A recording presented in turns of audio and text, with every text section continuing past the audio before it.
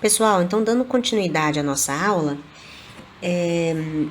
só fazer uma observação importante que vocês vão usar no exercício 13 da lista 1, por exemplo. Vamos lembrar que quando você tem, né, uma força conservativa, essa força ela pode ser escrita como menos o gradiente da sua função energia potencial. No exercício 13, por exemplo, né, ou de modo geral, se eu tenho agora a força, como eu obtenho a função energia potencial genérica, né, associada àquela força? Então, isso é mais fácil quando a gente analisa um caso unidimensional. Então, imagina no caso unidimensional, eu vou escrever então que a força F de x, como ela é o gradiente da energia potencial, ela é menos du dx. Então, para eu escrever a energia potencial, du é menos F de x dx. Então, a energia potencial, de forma geral, né, em uma dimensão, é menos a integral de F de x dx. Essa é a definição geral, tá? Para a sua função energia potencial em uma dimensão. Então, note que essa integral aqui, ela é uma integral indefinida. Por quê? Porque ela não possui os limites de integração definidos, certo? Então, em geral, uma integral indefinida, ela deve vir acompanhada de uma constante de integração. E uma vez que o potencial... Por que isso faz sentido, né? Então, imagina o seguinte, pessoal. Se a minha função força, lá, ela é unidimensional, então ela é menos mg dy, né? Vamos supor que é o caso unidimensional do campo gravitacional, da força sendo, né, a força gravitacional. Então, qual que vai ser a minha energia potencial associada? Vai ser justamente o negativo dessa integral, que é f dy, no caso, né? Então, quando eu resolver essa integral, u vai ser igual, então, a mais... Vou até omitir esse mais aqui. U vai ser igual a mgy mais uma constante, tá? É isso que eu tô querendo dizer.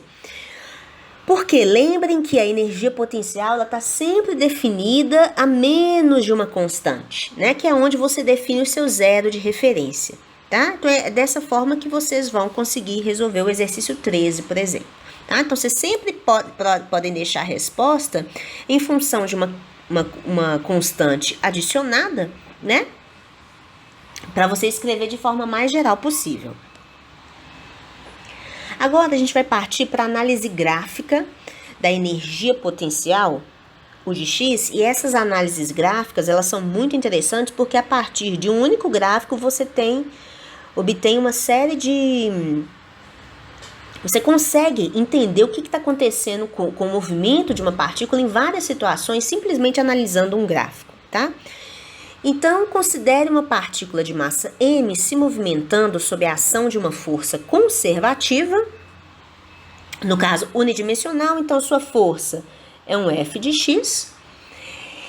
Existe uma energia potencial associada a essa função, que no caso foi dada por um gráfico, esse gráfico preto, tá? Então, a curva preta determina, ou seja, para cada posição da minha partícula, eu tenho exatamente quanto vale a energia potencial dessa partícula. Imagina uma situação, é como se fosse um sistema massa-mola, tá, gente? Tô dando só um exemplo.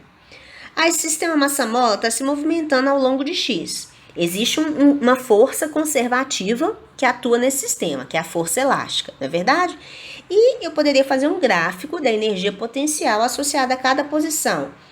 Então aqui em x igual a 0, em x igual a x0, que é lá no ponto de equilíbrio, eu tenho quanto que vale a energia potencial, que é esse mínimo. No ponto xa, a mola está mais esticada. Então aqui existe um outro valor de energia potencial, que é dado aqui, por exemplo, tá? Como se eu estivesse então construindo gráficos desse tipo.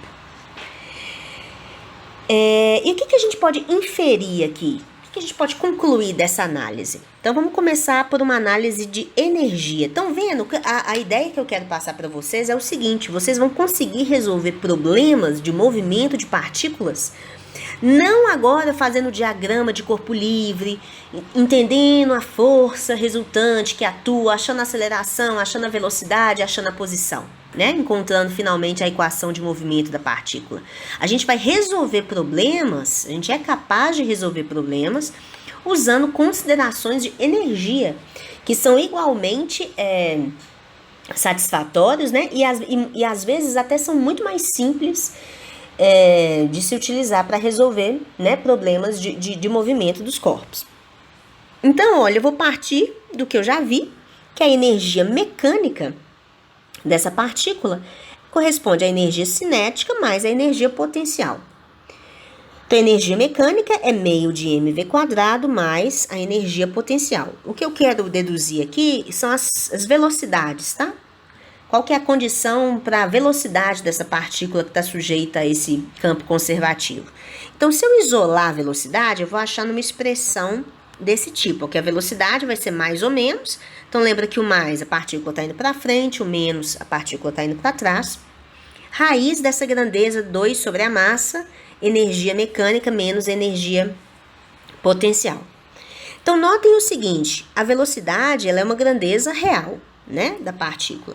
Para isso aqui ser um número real, eu tenho que o que está dentro da raiz tem que ser positivo, né? A massa vai ser sempre positiva, então menos U tem que ser sempre maior ou igual a zero, né? Pode ser zero também, aí a partícula estaria parada. Então, ó, isso foi o que eu concluí simplesmente usando essa consideração aí de energia. Então, a energia mecânica, ela é sempre maior ou igual à energia potencial. Só esses movimentos é que tem sentido físico, certo, pessoal? Porque senão a sua velocidade não daria um número real. Então, quando eu tenho lá uma curva de energia potencial, e lembra que isso aqui é dado em joules, tá? E tenho lá, ó, as retas horizontais, ó, elas correspondem à energia mecânica dessa partícula. Então, vamos pegar aqui essa energia E2, ó, como se fosse essa reta vermelha.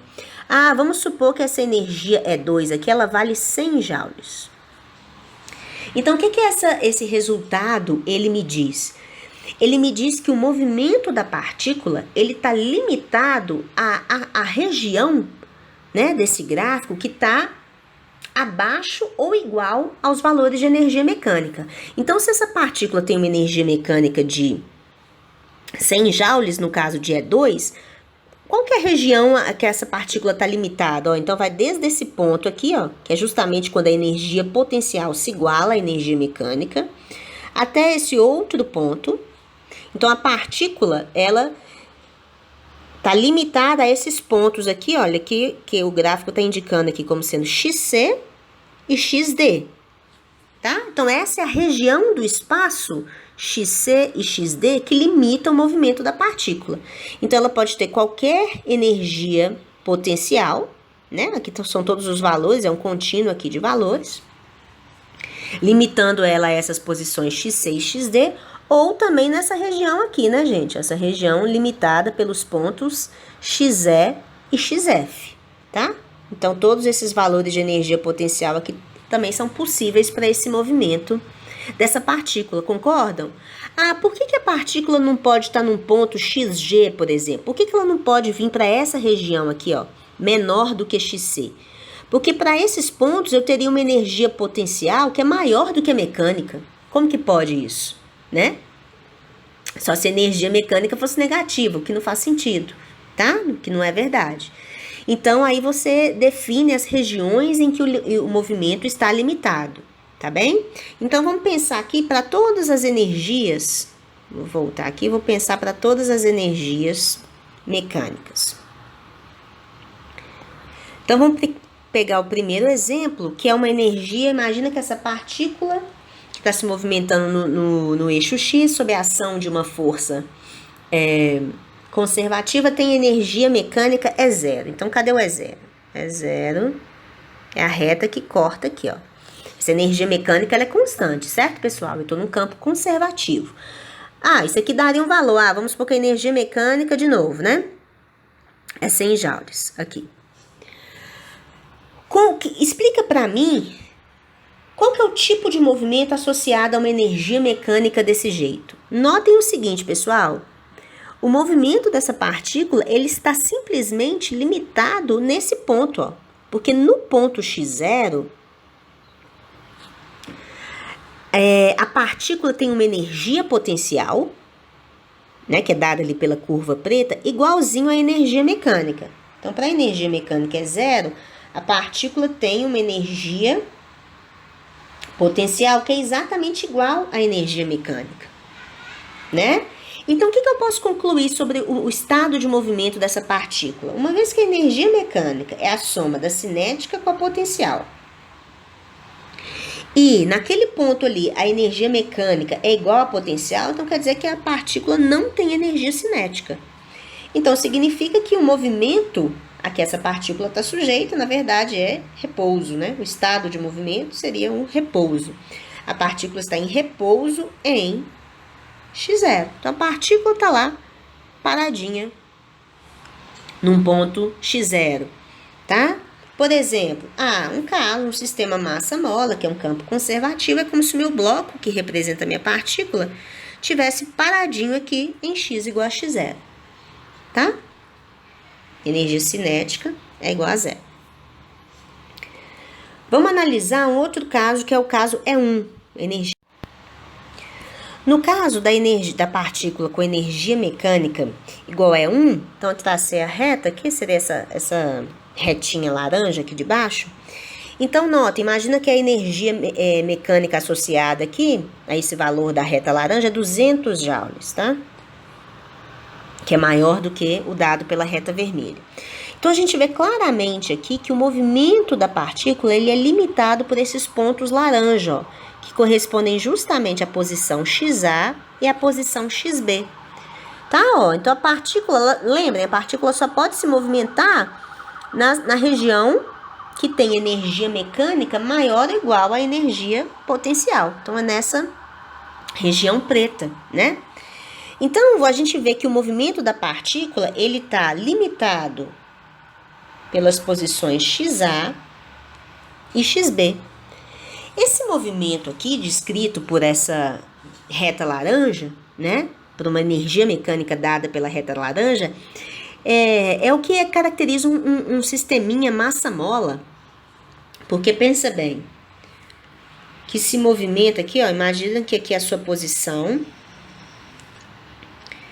x igual a x0, que é a minha posição de equilíbrio, e o bloco se movimenta aqui, ó, entre a posição XA e a posição XB. E olha que interessante, com uma energia mecânica constante, imagina que é a energia mecânica do ponto 1, que é lá os seus 200 joules. E qual que é a energia potencial associada a esse tipo de movimento? Não é meio de kx2, como a gente já viu, que é a energia potencial elástica, que é uma função parabólica, exatamente como demonstra aqui. Não é isso? A função parabólica da energia potencial limitada entre aqueles dois pontos, tá? Então, isso descreve...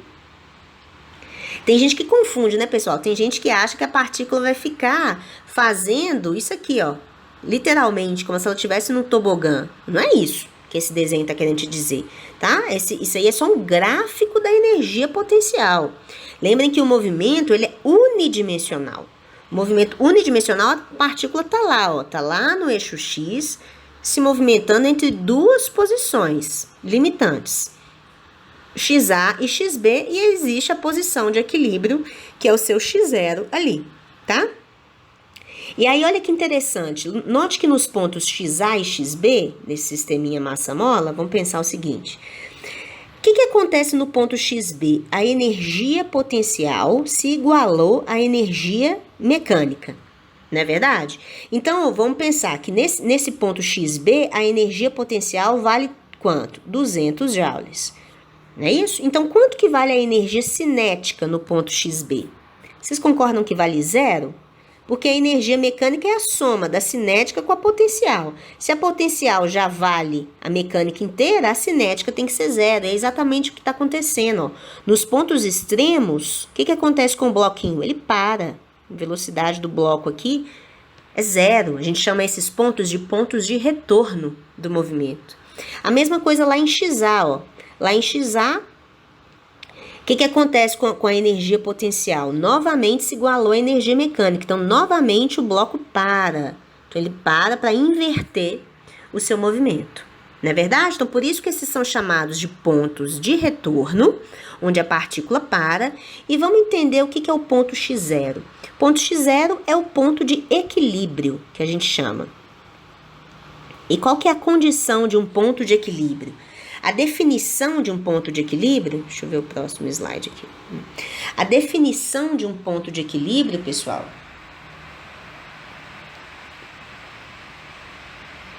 é que a força que atua sobre a partícula nesse ponto é zero. Então, a força que atua num ponto de equilíbrio é igual a zero. O que significa força que a gente viu?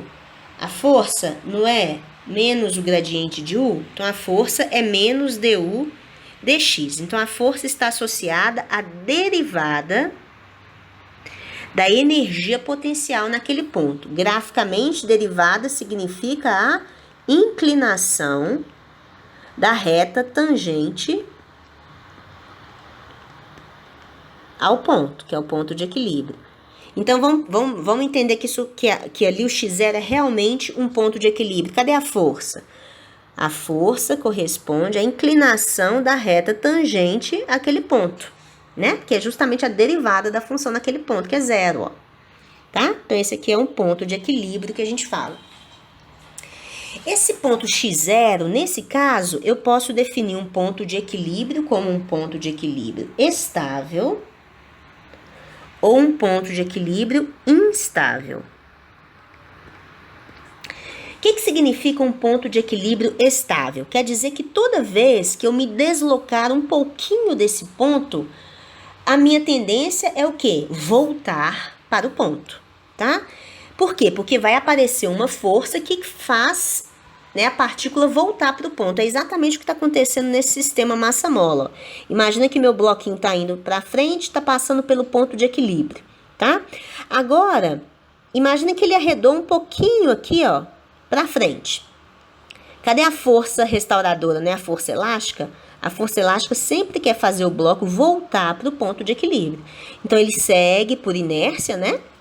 Até parar e retornar ao ponto de equilíbrio, tá? Então, qualquer passinho aqui que a minha partícula dá dentro dessa função de energia potencial, ela quer voltar para o meu ponto de equilíbrio. Tá bem? Então, esse é um ponto de equilíbrio estável. x0 é um ponto de equilíbrio estável. Em termos de forças, você pode pensar o seguinte, deixa eu ver se eu consigo limpar esse desenho sem desmanchar o gráfico aqui. Não consigo. Mas, ó, eu posso pensar o seguinte, eu dou uma redadinha aqui, ó, saí do ponto de equilíbrio, fui um pouquinho mais para frente. Como é que passa a ser a força agora? A força não é a inclinação da reta tangente? Então, a inclinação virou positiva. Se a inclinação virou positiva, mas lembrem que a inclinação é positiva, mas tem um sinal de menos na frente, né? Então, quer dizer que a força é negativa. Se a força é negativa, ela quer fazer a partícula voltar para o x0. Então, olha, se eu ando no sentido contrário, ando para esse ponto, cadê a inclinação? Que é a derivada. A inclinação deu negativa.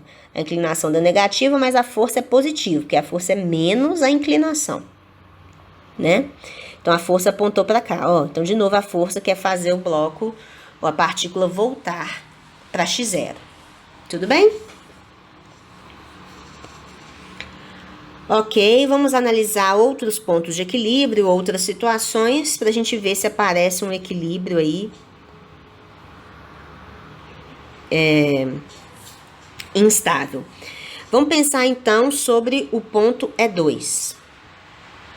Ó, o ponto de E2 não, a energia mecânica é 2. Então, vamos pensar que a energia mecânica é 2, equivale a 250 joules, por exemplo.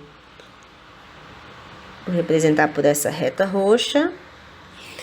Como é que é o movimento aqui? O movimento, notem que são duas regiões possíveis de movimento, tá? Ou a partícula vai estar numa região limitada pelos pontos XC e XD, ou a partícula vai estar numa região limitada pelos pontos XE e XF, tá? Aí, né, o que você tem que pensar é o seguinte, se ela se encontra inicialmente nessa região, ela fica aqui para sempre, tá? Se ela se encontra inicialmente aqui nessa segunda região, ela se encontra aqui para sempre. Ela não pula de um poço, digamos assim, para o outro, de energia potencial, tá? Ok, então vimos o E2, agora o E3. Se eu tenho uma energia mecânica limitada pelos pontos, pelo valor E3, quer dizer, então aqui está minha reta de energia, vamos supor que isso aqui vale 400 joules. E aí, olha, então que movimento é esse? A partícula pode estar em qualquer lugar, ó, para frente de XG, certo, pessoal? É como se aqui eu tivesse uma bola de tênis aqui, ó, como se fosse uma parede, né? XG define uma posição que é como se fosse uma parede, ó. Então, a partícula, ela pode estar em qualquer ponto acima de XG, né? Então, ela está indo em direção ao infinito, não é verdade? Se ela tem uma velocidade inicial positiva, ou se ela está voltando, se ela está vindo lá do infinito, o que vai acontecer é que ela vai chegar em XG. O que acontece em XG em termos da velocidade? Ó, vocês concordam que no ponto XG a energia potencial se igualou à mecânica? Então a partícula está parada nesse ponto. Então ela para e inverte seu movimento, tá? Então se ela está vindo do infinito lá positivo, chega em XG, para, inverte seu movimento e volta. Sem limitação de região aqui à frente de XG, tá? E o último ponto que a gente pode analisar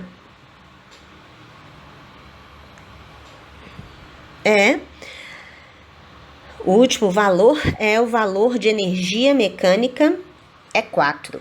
Então, energia mecânica é 4, tem esse valor aqui de energia, então valor grande, por exemplo, 600 joules. E aí a gente não tem nenhum ponto, olha, da curva de energia potencial preta que encosta nessa reta. Então, a partícula está totalmente livre, né? Ela pode andar em qualquer direção aqui, em direção tanto para o infinito de x positivo, quanto para o infinito de x negativo, né? E ela não está presa, limitada a nenhuma região, o seu movimento, tá? O que vai mudar no movimento dessa partícula? Que a gente vê que é um movimento acelerado.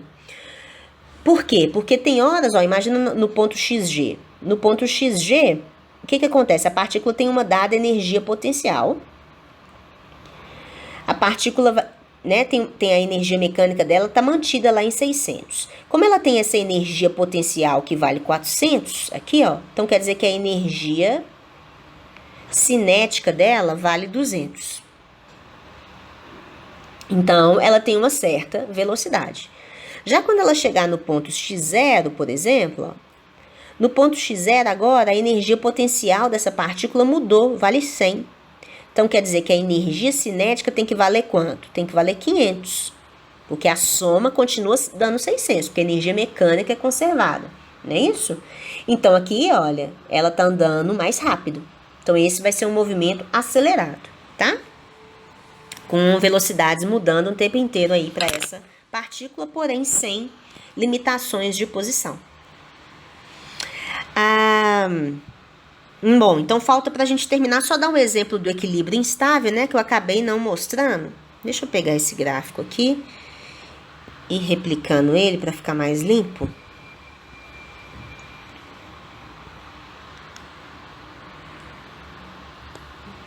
Então, vamos olhar para esse ponto de equilíbrio instável aqui, ó. Que é um equilíbrio, por exemplo, dado pelo ponto... esse pontinho aqui, ó. Vou chamar isso aqui de um XZ, tá? Por exemplo. Então, notem esse pontinho aqui, pessoal. Imagina que existe, tá? Uma energia... Imagina que a partícula tem uma certa energia, que a energia é 3, por exemplo, tá? Energia mecânica é 3. E, por algum momento, ela passou por esse ponto XZ, que é um ponto que ela pode ocupar perfeitamente, né? Que ela pode passar por ele. Só que, o que acontece? esse é um ponto de equilíbrio? Sim. Por quê? Porque a força que atua nessa partícula em XZ, ela é zero. Por quê? Porque a força tem a ver com a derivada, é definida, né, como sendo a derivada da energia potencial, com o sinal negativo aqui na frente. Então, a derivada nesse ponto é quanto? Zero, porque a inclinação nesse ponto é zero, tá? Então, esse é um ponto de equilíbrio, só que o que acontece, pessoal? Quando eu arredar, desculpa a expressão mineira, mas quando eu me deslocar um pouquinho desse meu ponto de equilíbrio, agora note quanto que é a força. A força virou, a inclinação virou negativa. Junto com o sinal de menos da força, a força é positiva. Então, quando eu saio um pouquinho do equilíbrio para a direita, a força tende a fazer a força é positiva, vocês viram? Então, ela tende a fazer eu ir para frente. Tende a fazer a partícula se afastar do ponto de equilíbrio, tá? Então, por isso que é um equilíbrio instável, porque uma vez se deslocado desse equilíbrio de instável, a partícula quer se afastar desse ponto. Então, agora imagina que eu estou num equilíbrio instável lá de novo, que é o meu ponto XZ, e aí eu dou uma deslocadinha mínima aqui, ó, para a esquerda desse ponto, né? Por uma instabilidade. Vamos pensar sobre a força que atua nesse ponto. Força tem a ver com a derivada, né, com a inclinação da reta tangente. Aqui a inclinação é positiva, com o sinal de menos, a força é então negativa. Força negativa, olha. Então, se eu me desloquei um pouquinho para a esquerda, a força quer fazer com que eu me afaste desse ponto. Então, o XZ aqui, por exemplo, é um ponto de equilíbrio instável, tá? Então, nos exercícios, alguns que a gente fizer, você tem que dar conta de definir se o ponto é um ponto de equilíbrio e se ele é instável ou estável. Uma outra dica, né? Não é nem uma dica, né? Uma coisa que é trivial da análise desse gráfico, tem a ver com as derivadas segundas, né, pessoal? Então, quando você vê aqui, ó, esse ponto x0, o ponto x0, o que eu posso falar da derivada segunda nesse ponto? Lembrem, a derivada segunda, ó, tem a ver com a curvatura, não é isso? Da sua função. Sua função tem uma curvatura positiva, quer dizer, a boca para cima, né? Então, esse ponto aqui vai ser um ponto de equilíbrio estável. Então, toda vez que a derivada segunda aqui da energia potencial for positiva, isso vai me definir um ponto de equilíbrio estável. Já essa curvatura aqui, ó, uma curvatura negativa, né? Então, a derivada segunda da energia potencial, ela é negativa, boca para baixo. Então, esse ponto, que é um ponto de equilíbrio, ele é um ponto de equilíbrio instável.